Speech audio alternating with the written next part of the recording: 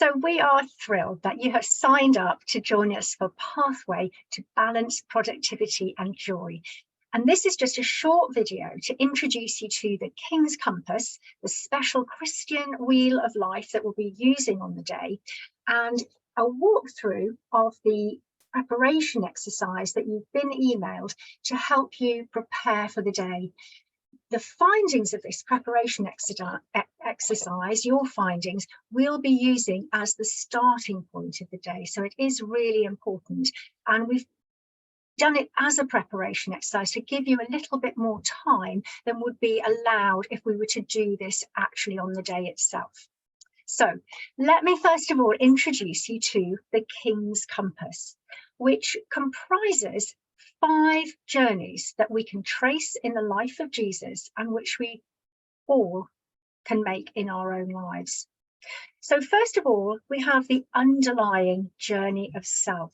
And this is the history and the story that we tell about ourselves, where we're born, where we grew up, the influences on our life, the challenges that we faced, the opportunities that we had, the difficulties and things that we persevered through, all of which, just like all the other journeys, we can reflect on and identify learning from that can help us inform our journey from here.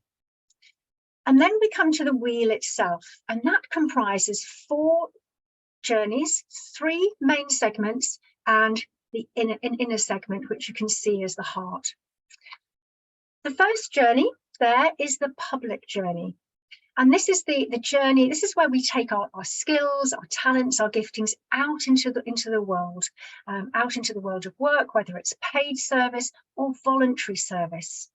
And we can see that Jesus had a very, very early sense of his public calling right at the beginning of his life. And we read in Luke that his parents, traveling out of Jerusalem from a festival, realized that he wasn't there, and they ran back to find him and were really quite cross. Yet they found him in the temple, and his words to them were, "Didn't you know, why were you searching for me? Didn't you know that I'd be in my Father's house?" So he had a very, very strong sense of his public journey in life, even as a young child.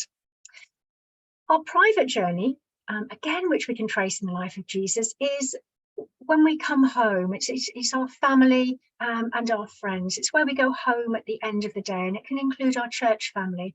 And again, we read in the gospel accounts that Jesus had a very, just as much a private life as we do.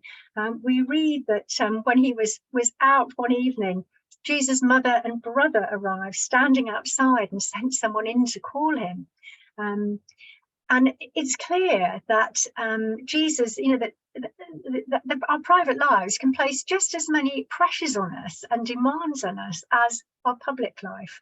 And maybe that just really, resonates in terms of some of the demands and indeed callings that might be on our life in the life of our private friends and family connections. And then we have the personal journey. And this is the area through which we care and develop ourselves. It's the area of well-being and of learning, an activity that we undertake individually to grow and to maintain ourselves in body, mind, and spirit. And the 5th, and arguably the most important journey of all, is an aspect of the personal journey. It's that inner journey, which here is at the center of our wheel in the shape of a heart. And Jesus had a very clear sense of the significance of inner journey. We read in Mark, for example, very early in the morning when it was still dark, he got up and went away to a quiet place where he prayed. And we find those words and that observation of his life right the way across the Gospels. And it's that secret place of one-to-one time with God, his inner relationship with his Father, which was the bedrock of Jesus' life and ministry. And it really speaks of that in Luke, when he was in the Garden of Gethsemane, with his words, "Not my will, but your will, Lord. So that's the King's Compass, which, based on the life of Jesus, you're invited to reflect on and consider each of those journeys in your own life by considering, looking back on those journeys and thinking, you know, what's going well and what's fruitful in that area? What's not going so well and what's my learning? And you're invited to look at the wheel over the last 12 months. That's a good sort of self-contained chunk of time to reflect on asking those questions. And for the journey of self, obviously looking back much further. And the way I like to do this exercise is by printing off the wheel or drawing the wheel on a piece of paper and working around each area and jotting down my thoughts. And I like to take a separate piece of paper actually for the journey of self, because it's a much longer journey, and do that separately.